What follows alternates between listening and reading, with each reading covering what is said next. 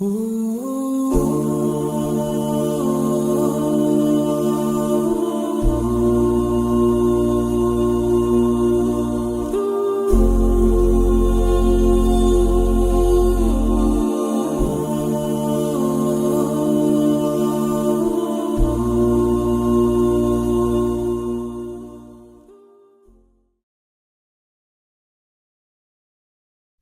الله الرحمن الرحيم.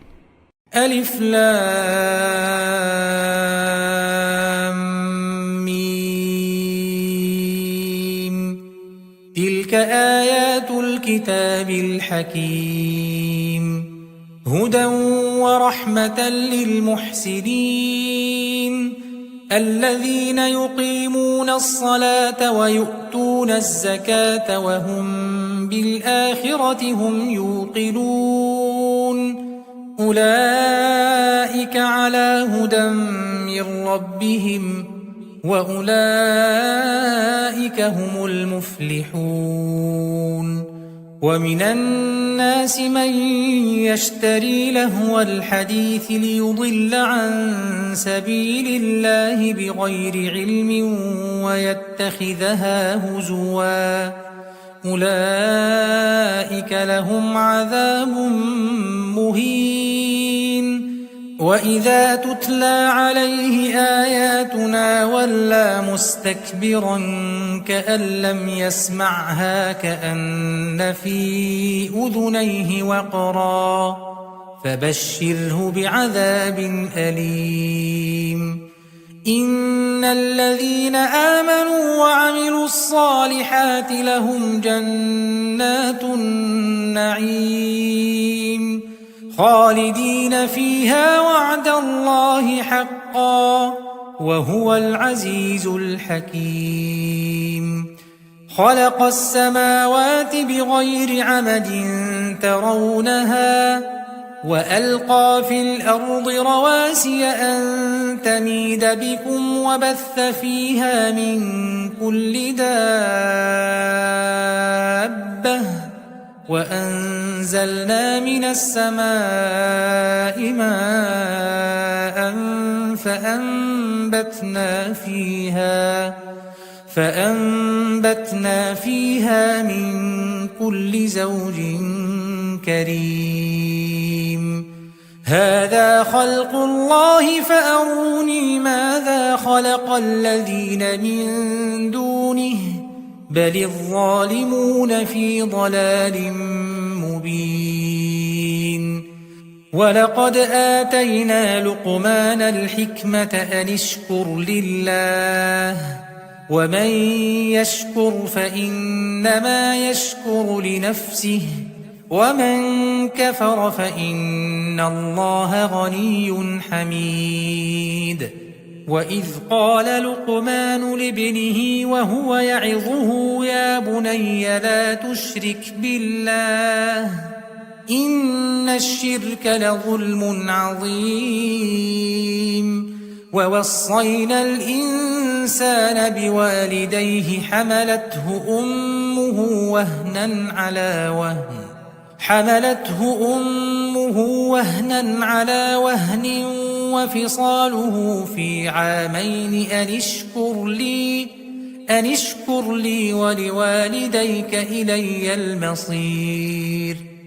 وإن جاهداك على أن تشرك بي ما ليس لك به علم فلا تطعهما وصاحبهما في الدنيا معروفا واتبع سبيل من أناب إلي ثم إلي مرجعكم فأنبئكم بما كنتم تعملون. يا بني إنها إن تك مثقال حبة من خردل فتكن في صخرة أو في السماوات أو في الأرض يأت بها الله إن الله لطيف خبير. يا بني أقم الصلاة وأمر بالمعروف وانه عن المنكر واصبر على ما أصابك إن ذلك من عزم الأمور ولا تصعر خدك للناس ولا تمش في الأرض مرحا إن الله لا يحب كل مختال فخور واقصد في مشيك واغضض من صوتك إن أنكر الأصوات لصوت الحمير ألم تروا أن الله سخر لكم ما في السماوات وما في الأرض وأسبغ عليكم نعمه ظاهرة وباطنة ومن الناس من يجادل في الله بغير علم ولا هدى ولا كتاب منير وإذا قيل لهم اتبعوا ما أنزل الله قالوا بل نتبع ما وجدنا عليه آباءنا أولو كان الشيطان يدعوهم إلى عذاب السعير ومن يسلم وجهه إلى الله وهو محسن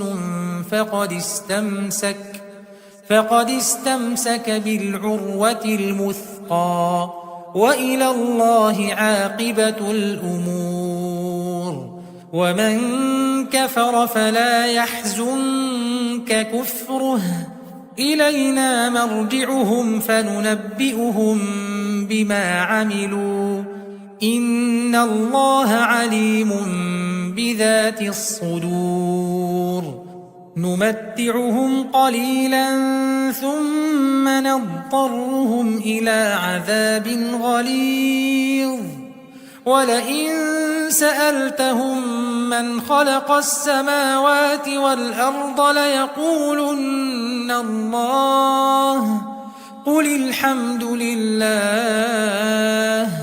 بل أكثرهم لا يعلمون لله ما في السماوات والأرض إن الله هو الغني الحميد ولو أن ما في الأرض من شجرة أقلام والبحر يمده من بعده 7 أبحر ما نفدت كلمات الله إن الله عزيز حكيم ما خلقكم ولا بعثكم إلا كنفس واحدة إن الله سميع بصير ألم تر أن الله يولج الليل في النهار ويولج النهار في الليل وسخر الشمس والقمر كل يجري إلى أجل مسمى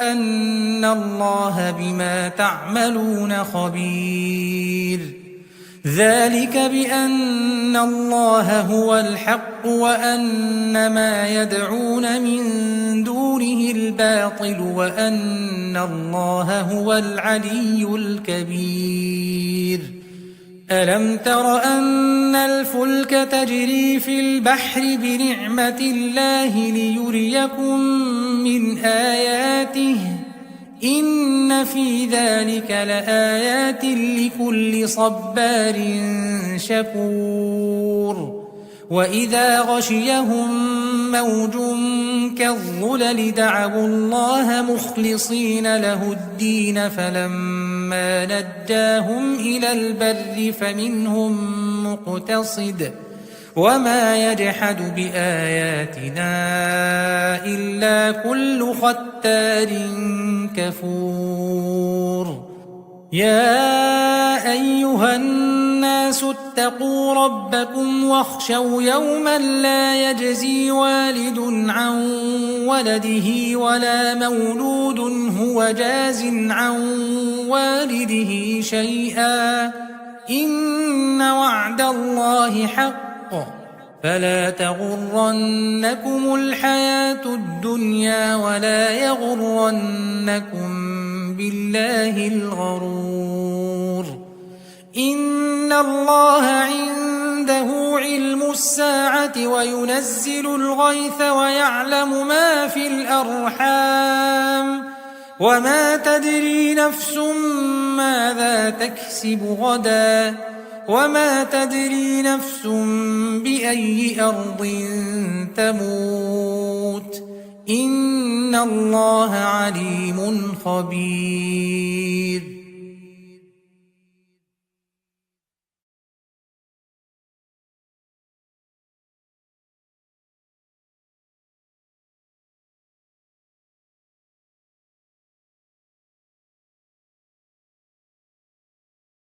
One of the greatest rewards is giving those that are in desperate need of water in villages, in areas that there is no water, an artesian well. This is an incredible opportunity for you to plant something for your akhirah. Do your will today.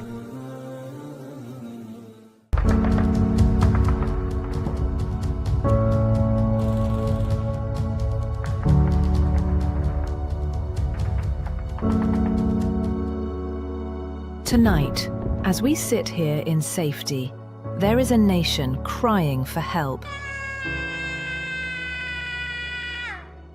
Sudan, a land once full of life, is now struggling to breathe. Millions have fled their homes. Widows are searching for food. Children are searching for their mothers. Families are torn apart by a conflict they never chose. جيت أنا فقدت يعني ما قصر مني بشيء بعد مات أنا ما لقيت السند اللي بيجي في النبي جيت يعني. If you want to know what being hungry feels like, look around us.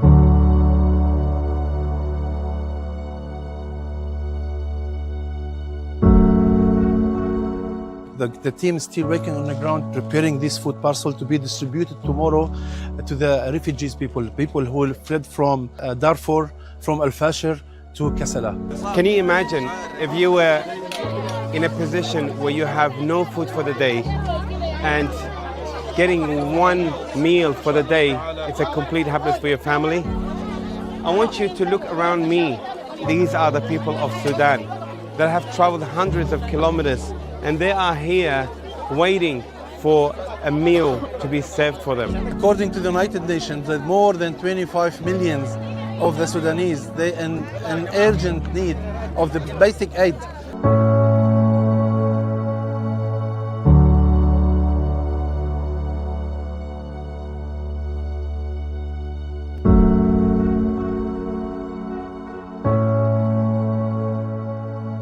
With thousands displaced in Sudan, we are here, one of the mobile medical clinics here, treating hundreds of people who have fled and they need an urgent treatment here.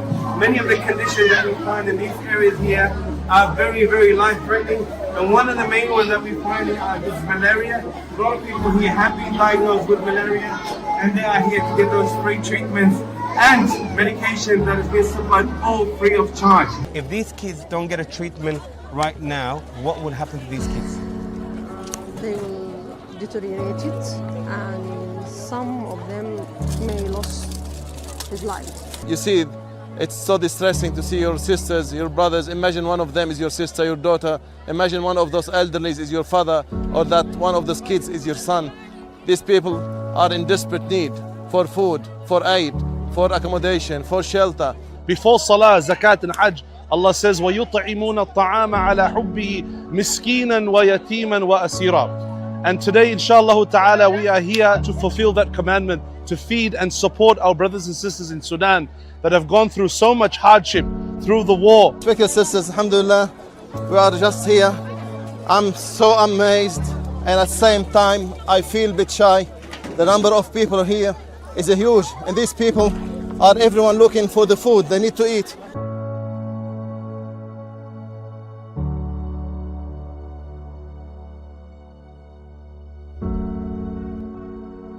Amongst the greatest reward Allah subhanahu wa ta'ala gives to those stand and aid those that are in need is the one that shelters and protects that widow or that orphan that has nothing, that has lost so much in their life, and then someone rocks up, wipes their head and feeds them. We're here with the Human Appeal Australia today. We're distributing 1,000 hot meals and 200 food parcels to those people who just came from Fajr in Darfur. So please keep your donation coming. We need more and more, bismillah. And those people, you can see from their face, they're asking you, they're begging you, please don't stop. Send your donation. We need it now better than any time else. The basic need, like food and water, is not found in these places.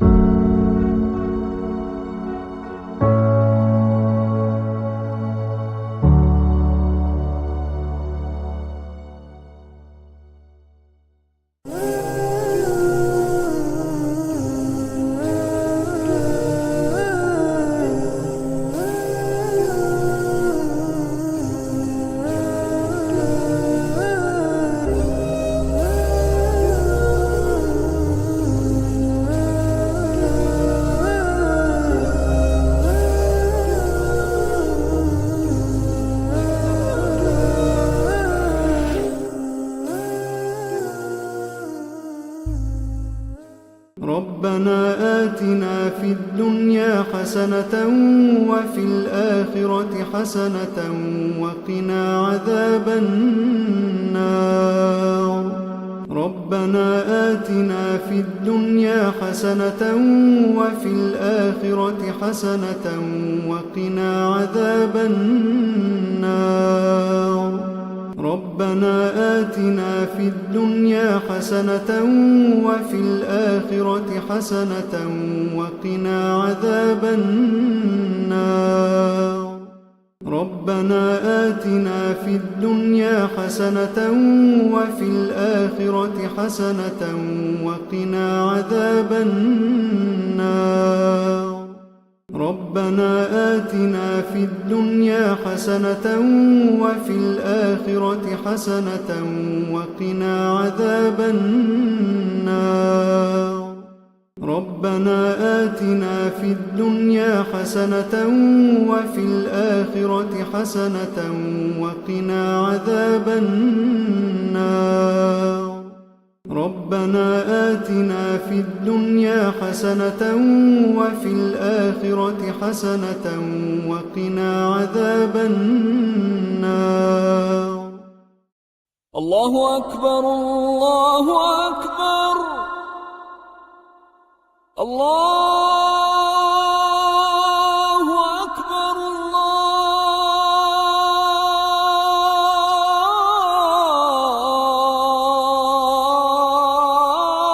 الله أكبر.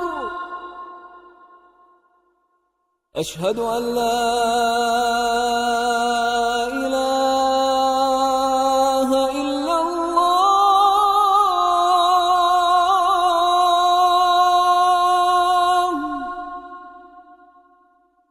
أشهد أن لا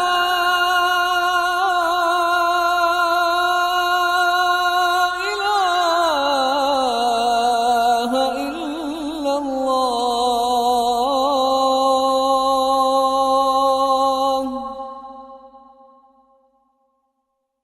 أشهد أن محمدًا رسول الله.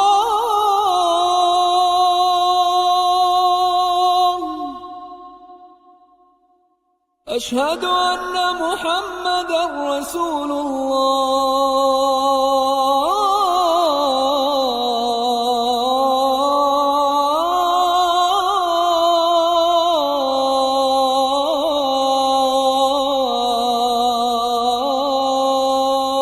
الله. حي على الصلاة.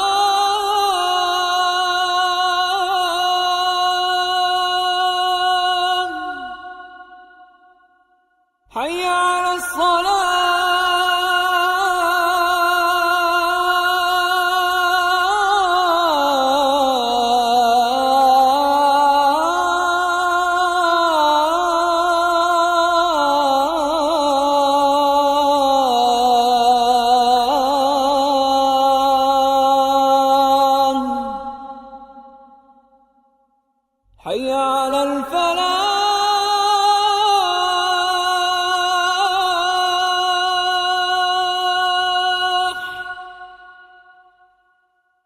حي على الصلاة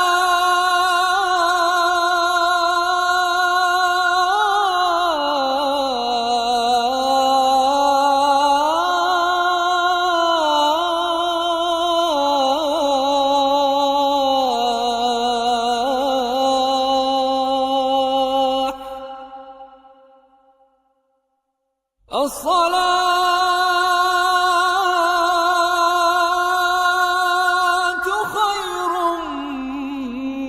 من النوم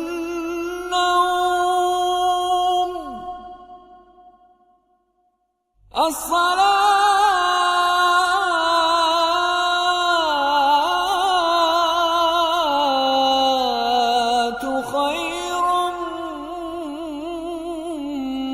من النوم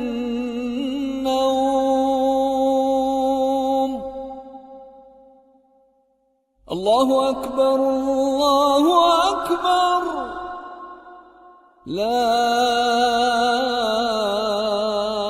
إله إلا الله.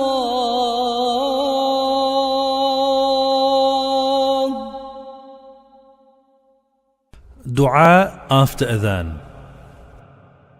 اللهم رب هذه الدعوة التامة والصلاة القائمة آت محمدا الوسيلة والفضيلة وابعثه مقاما محمودا الذي وعدته إنك لا تخلف الميعاد.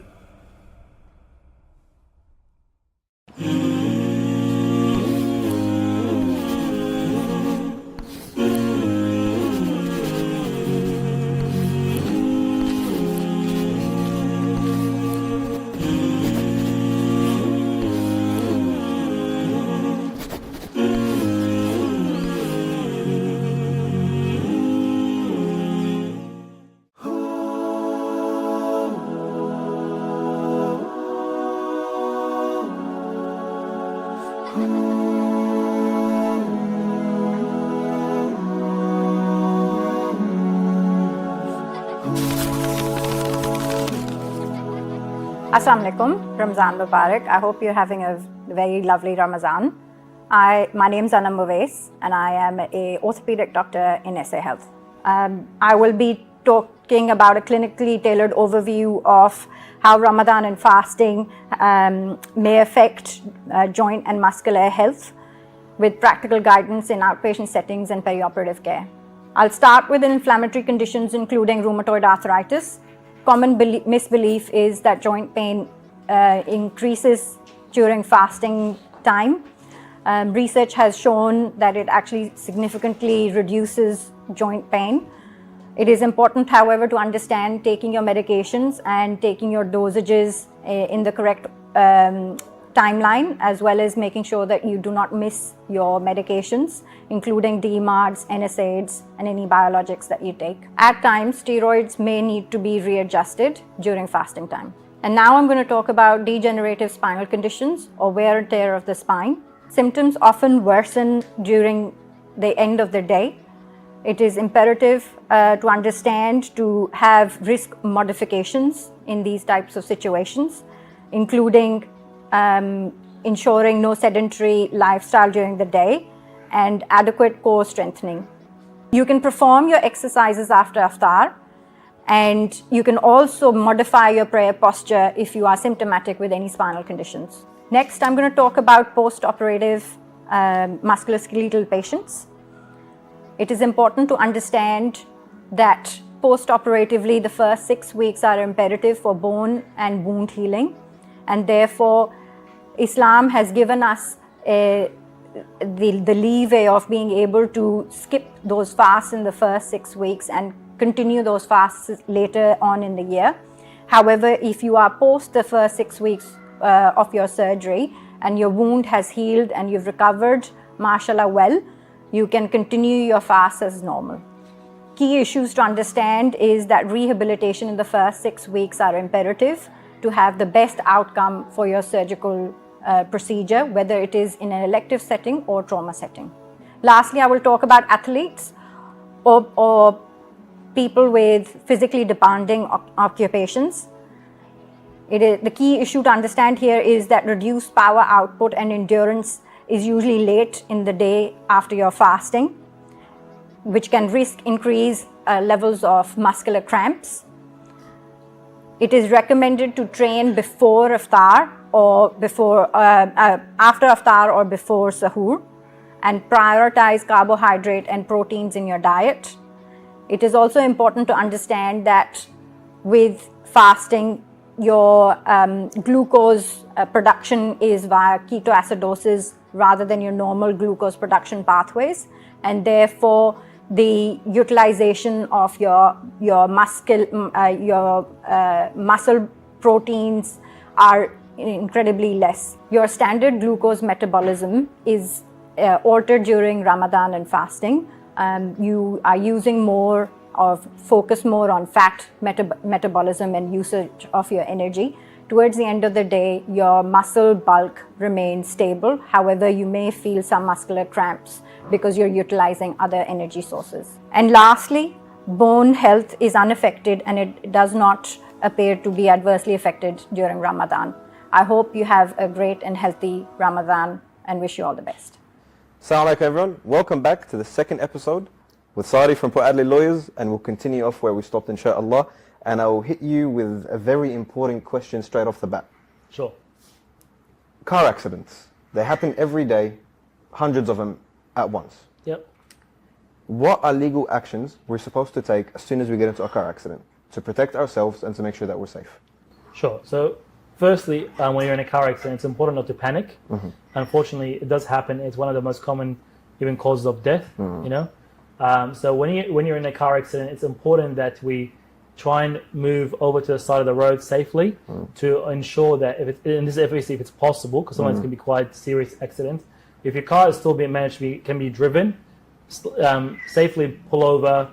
Once you've pulled over, it's an offence to drive off. Okay, so we unfortunately heard of hit and runs. Yeah, it's an offence. It's a very serious offence because you don't know how badly the other person could be injured. Yeah, and you should be there to support them or call for assistance rather than running away. But that's right. Yeah. So, assuming that you've done the right thing and you've pulled over, the first thing you got to do is change of your personal details. And the simplest way of that is taking the license photo. Yeah. And then once you've taken a photo of the license, I always say for good measure, you should also record the damage yourself. I'm not saying there are many dishonest people out there, but sometimes there are some dishonest people who will add additional damage, or sometimes additional damage can be caused by other issues. Or through transportation. Yeah, whatever, something else happened on the way to the mechanic, or something goes wrong. Yeah. It's important that you record what the damage was at the scene of the accident, so you can match it with the report when the quote's been given back to you. Yeah. Now, what's important to know, anybody who's driving on the road, they must have third-party insurance. Okay. If your car is not insured or registered, it's a serious offence, and you can be taken to court and be punished for that. Yep. Now, once you have provided your details, obviously, this is assuming that the other person is okay. If they're not okay, then obviously you should call an ambulance and the police straight away for assistance. Because if there's an accident, there should be a report made. You know how the accident happened. Now, even if there was no injuries, but if your car damaged or the other person's damage, there's a damage of excess of $3,000, you should be reporting it as well. To the police? To the police. Okay.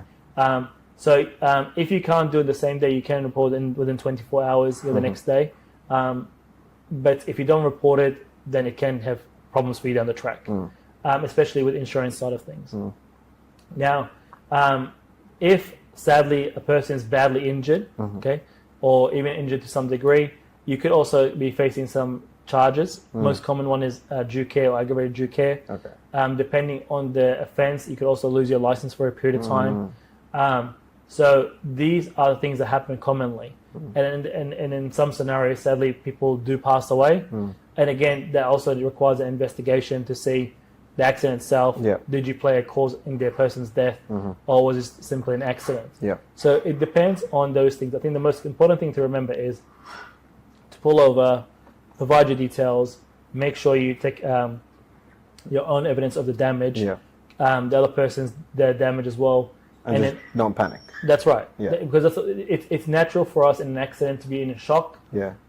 It doesn't happen to many people, but when it does happen, especially, it's a massive shock to the system. You must remain calm. There are still people driving around you. There could be people walking. Of course. And especially if it's during peak hour, it's even more chaotic. So you don't want to put other people's lives in danger as well. That's right. After already having an accident. Yes. I think the most important message is to ensure that you are trying to focus on getting the information that you need. Yeah. And if you need assistance, then you can obviously go get a medical assessment. Amazing. Jazakallah khair. So let's boil it on from to that. We'll talk about wills and estates. Yes. What's your knowledge about wills and estates, and if someone passes away and they don't have a will, yes, what happens then? So I don't do Sharia law. So as in like I don't practice Sharia law, but as in I don't do wills in accordance with Sharia law. But the wills that we do is in accordance with Australian law. They're still obviously are permissible in the Islamic community to be doing those as well. Yeah. And most of my clients, even some Muslims, are doing the wills in accordance with Australian law. There's another brother here, Brother Bilal, who can assist you with Sharia law wills if you want to do in accordance with the Sharia law. The important part we always say to clients is that if you have some sort of asset of significant value, you should have a will. Okay, a will does not cost that much, even if it's done professionally. Okay, it's a good investment to make to ensure that when you pass away, your loved ones are not going through difficulties. They're not having to understand where to go, what to do, how to process things. If having a will makes it a lot more easier while they're grieving. Okay. Now, there are different types of wills. Most people will have just a standard will, nothing complex. And that's obviously because most of us are not millionaires and have the complex lifestyles. But that's at least having a will allow your loved ones to have a pathway forward after you've passed away. And then there is a process after that you must fulfill, which is probate. Okay. And that obviously then gets executed with the executor. And after that, the distribution happens. Now, if you did not have a will, what would happen is a public trustee would get involved, okay? And then there is a different process. You would have to do an application called letters of administration without a will, okay? Sometimes you may have a will, but your executor could pass away, and you may have no one to execute the will. You can say you can have a letter of administration with a will. So there has to be somebody who executes the wishes of the deceased. So basically, if the public trustee is involved, you then have to identify yourself as the person who is going to be the most appropriate to be what's called the administrator, the person that's going to administer the estate, which is a similar role to the executor, different titles. Okay, so there is other things that the community should also know about. It's not just wills. Okay, there's two other documents that are also very important. One's called the enduring power of attorney, also one's called power of attorney, and the other one's called advanced care directive. Okay, so the enduring power of attorney, the difference between that one and a power of attorney is that one is just a temporary period of time, and the enduring is ongoing, and often only ceases to operate when the person's passed away, or the person changes their mind, or they have been removed by authority, for example, to the tribunal. So what the documents do is, with the enduring power of attorney, it allows you to elect a person to be appointed as your attorney, and you can have more than one if you want to, and that person has the right to assist you in the event you lose capacity but you're alive. Okay, so in the event you lose capacity, and that could be physical capacity or it could be mental capacity or both. Okay, so God forbid someone's in a car accident like you mentioned before, or it could be they're in a medical surgery and goes wrong, or they're in some sort of coma, or they end up having Alzheimer's or dementia, these kind of things, and they have no capacity. You can step into their shoes and you can assist them with financial, business, and legal matters. Okay, so you can assist them pretty much with a large portion of their life by assisting them paying their bills, going to the transfer funds, whatever it may be, buying food and supplies, whatever may be it needs assistance with. The other document we spoke about is called the Advanced Care Directive. That deals with the person's lifestyle and medical issues in the event they need to go into like aged care home, into a hospital or a rehab center. How do they want to live the last days of their lives, or whilst they're there temporarily if it's not permanent. So these are really important documents. Now, if you don't do them, there is another way around it, which is getting a SECAT application done for a guardianship order, Okay, yeah. but it's a lot more expensive. And because that's through zakat. Correct. Yeah. Yeah. Okay. Well, let's transition now into giving advice or leading the young leaders that we have in the community. What would you have to say to the aspiring lawyers that we have in the community that would want to become lawyers once upon a time? Sure. So I always joke around and say, don't become a lawyer, because you don't really have a balance in life. Yeah. And the reason being that a lawyer's life is not a 9-to-5 job. Okay. Often our community require us throughout even nighttime. So you have to really move away from your family.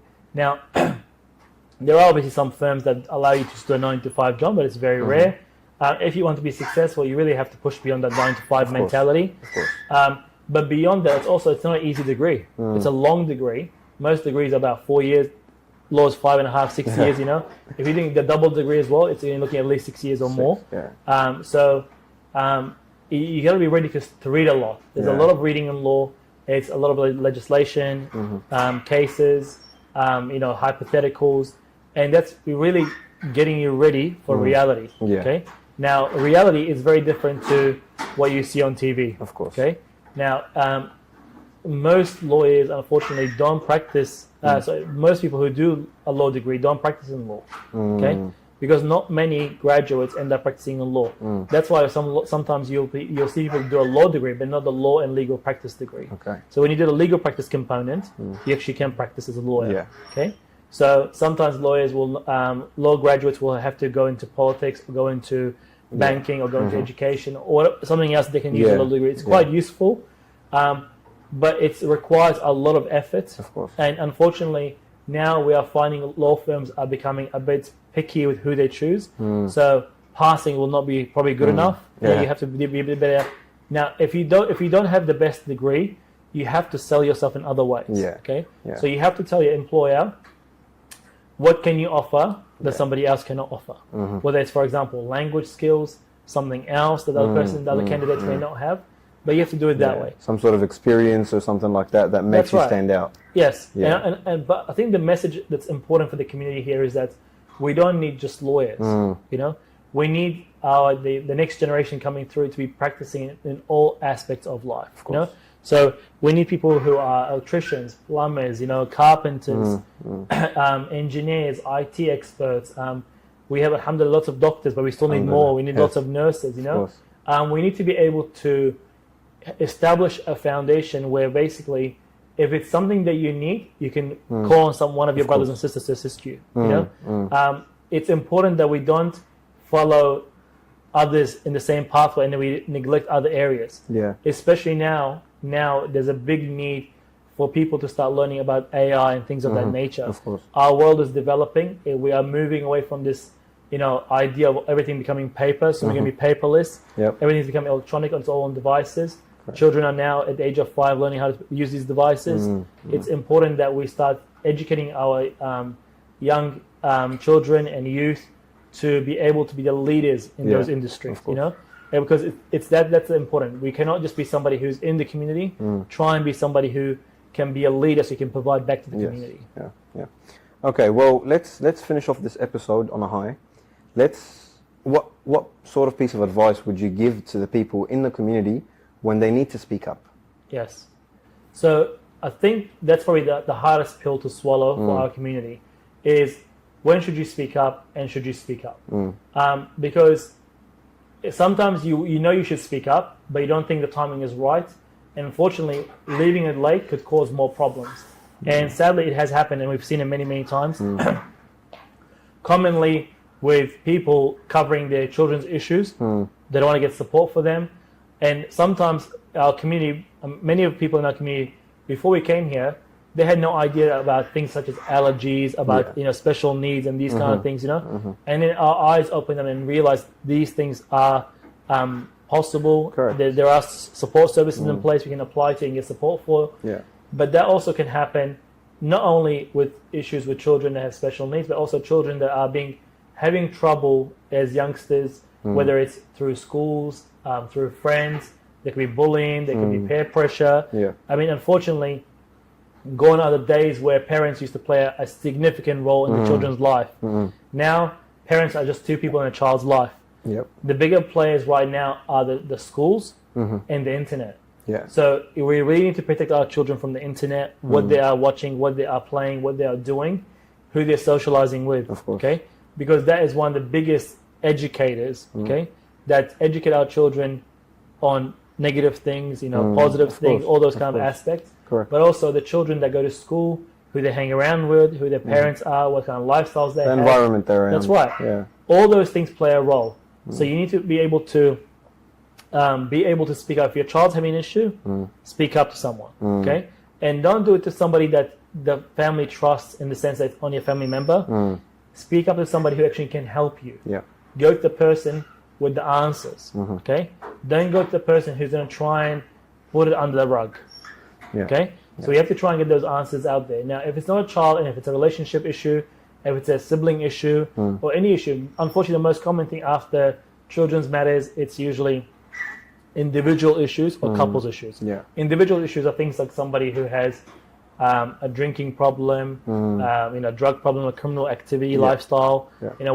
Whatever it may be individually they're doing wrong. Okay, they can still break the cycle. Of course. We've had clients who have had a long addiction to certain things. We've been able to get them support, and they've broken the cycle. MashaAllah. The same thing with couples. It's unfortunately very common for couples, especially our sisters who have a fear of disappointing their family, disappointing somebody else, but also being fearful of what the husband may say or do if they speak up. But alhamdulillah, sometimes there are couples who have benefited by speaking up, But also, if it's not meant to be, it's not meant to be. Correct. And the saddest thing is for a couple to try and keep things hidden just for the sake of not finding out, people finding out their problems, but living a miserable life. Correct. The public image over the actual life. Yeah. It's better for you to speak up and find out if there's a way to fix it. Let's fix it. If it's not being able to fix it, look, divorce is halal. Of course. It's unfortunate that sometimes people have to divorce, but it may be a peaceful way to resolve their problems. And there can be support after divorce. So if there is a separation, and if it's done properly, we can start talking about things like their wealth, as in what the property settlement looks like, how it's going to be divided, and children. Now, one important aspect of this which we need to talk about is also, in this country, separation in property settlements is not just based on the income earner. Okay, so financial means is not the only assessment; it's on non-financial means as well. Okay. So non-financial means and the homemaker play a significant role. Okay. So you might have a wife who's been a good wife to you, who's been a homemaker, looking after your children and anything, and you've been the breadwinner, and you've bought all the assets in the property, and build up the family portfolio. That does not mean that the entire portfolio belongs to you. Okay. Your wife has the same rights as you would do. And in this country, we also have sometimes fathers who are the homemakers, and the wife is the one actually who's the working. breadwinner.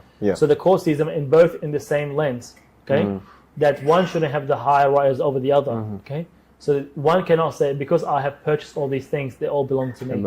Okay, and especially we cannot say the same thing about our children or about our partners. We have to always be fair, and being fair is part of the religion. So it's important. The message I want to send out there that if there is an issue, speak up. Yes, sometimes there's a cost involved, but there are other ways to get help, which I'm happy to explain to you if you want to know ways or we can assist the community about where they can reach out to. If funds are an issue, there may be other ways to try and get some assistance at no cost. MashaAllah. Well, you guys heard it here, MashaAllah. If you need any extra support, any help, inshallah, reach out to our brother, Sari from Port Adelaide Lawyers, and they'll be of help, inshallah. Jazakallah khair for having me. Wayakum. Pleasure. Assalamu alaikum. This Ramadan, the hunger is a reality for many families around the world. Many pray to put a food on the table to break their fast. Be the hope and the answering of their du'as. Please donate your zakat al-fitr and donate.